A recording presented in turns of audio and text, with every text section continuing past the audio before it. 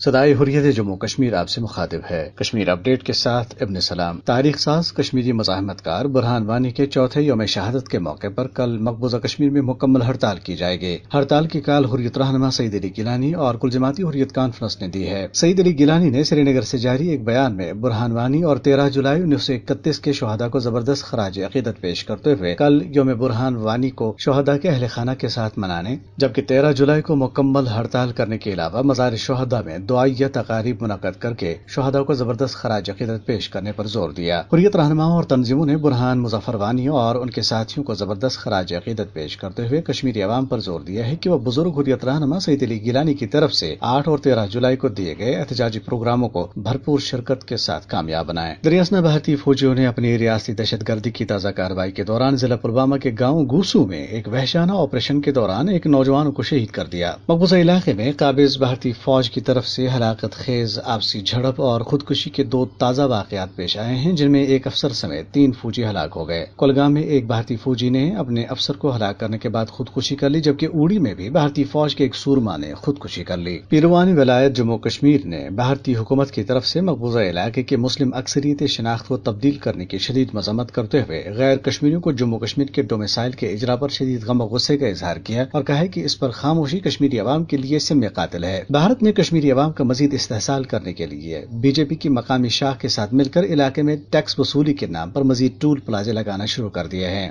نام نہاد lieutenant governor کے مشیر نے کہا ہے کہ 20 کلومیٹر کے دائرے سے باہر رہنے والے ہر شخص کو ٹول ٹیکس ادا کرنا ہوگا۔ اپڈیٹ ختم ہوا۔ مقبوضہ کشمیر میں خواتین بھارتی غاصب فوج کے عتاب کا مسلسل نشانہ بن رہی ہیں۔ اس حوالے سے سیکرٹری جنرل کشمیر تحریک خواتین اور حریت کانفرنس آزاد کشمیر شاخ کی خاتون رہنما محترمہ شمیم شال فرماتی ہیں، تحریک آزادی کشمیر میں خواتین کا کردار کلیدی رہا۔ انہیں بہت تکلیفیں بھی پہنچائی گئی، لیکن انہوں نے بھارتی سامراج کا ڈٹ کر مقابلہ بھی کیا۔ وہ جیلوں میں بھی رہی اور ابھی تک جیلوں میں نظر بند بھی ہیں۔ انہوں نے پوش پورہ کا واقعہ، بانڈی پورہ، پانزی پورہ، شپیاں یا کٹھوا کا بیبی آسپا کا واقعہ اسی سلسلے کی کڑی ہے۔ کشمیری خواتین بیوہ بھی ہوئی اور جن کو ہاف وڈوز کا ٹائٹل ملا وہ بھی اس وقت کشمیر میں موجود ہے۔ مقبوضہ جموں کشمیر میں ہزاروں ایسی خواتین ہیں جنہوں نے نہ صرف خود قربانیاں دی بلکہ اپنے بچوں کی بھی قربانیاں دی اور بے پناہ تکالیف بھی اٹھائی۔ جو ہراسمنٹ ہے، جو ٹارچر ہے، یہ زیادہ خواتین کو نشانہ بنایا گیا ہے، اس لیے کہ اس تحریک آزادی کی